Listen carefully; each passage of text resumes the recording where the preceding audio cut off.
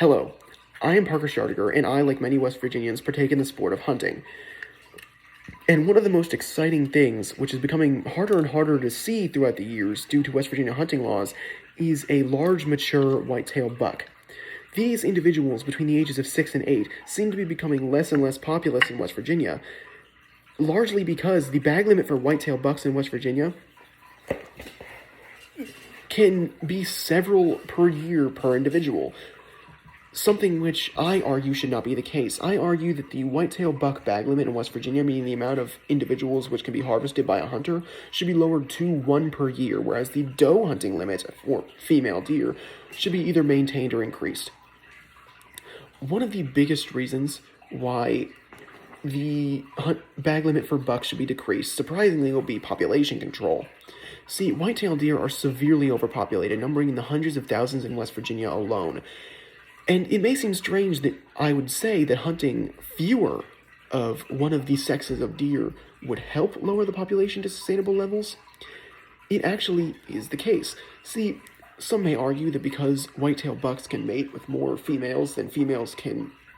produce offspring from, that lowering the number of bucks would thus lower the number of deer in general, because if one were to kill a buck in an area, that would mean the females he would be mating with would go without producing a fawn that spring.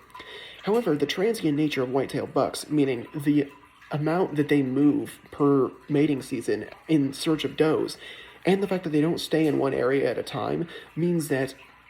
even if one buck is removed from an area, the likelihood that another buck will move in and mate with the does that he would have otherwise mated with is essentially 100%. This means that if the population of white-tailed deer is to be decreased to sustainable levels, the focus should not be placed on the males of the population, regardless of how many they mate with. It should be with the females, which are producing the next generation. Similarly, by not hunting as many bucks, it will allow for more mature individuals to exist, and these mature individuals mate less often, and with a fewer number of does. And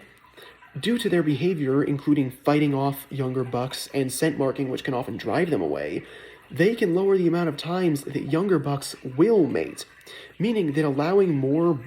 bucks to live, it could actually decrease the rate of reproduction of deer so long as the doe population is lowered over time.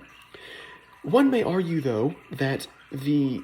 amount of bucks which can be harvested makes money for West Virginia. The hunting industry does make West Virginia money, and some may argue that allowing individuals to hunt more bucks makes West Virginia more money than if this number were lowered. However, while West Virginia, according to PolitiFacts.com, makes up to $500 million a year on hunting white-tailed deer,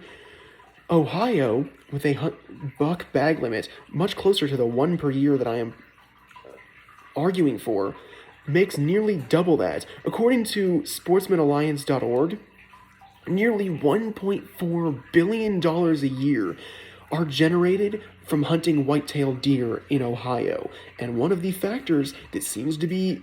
contributing to this is the fact that due to the lower bag limit of white-tailed bucks, the bucks can live longer, become more mature, and thus more desirable to hunters.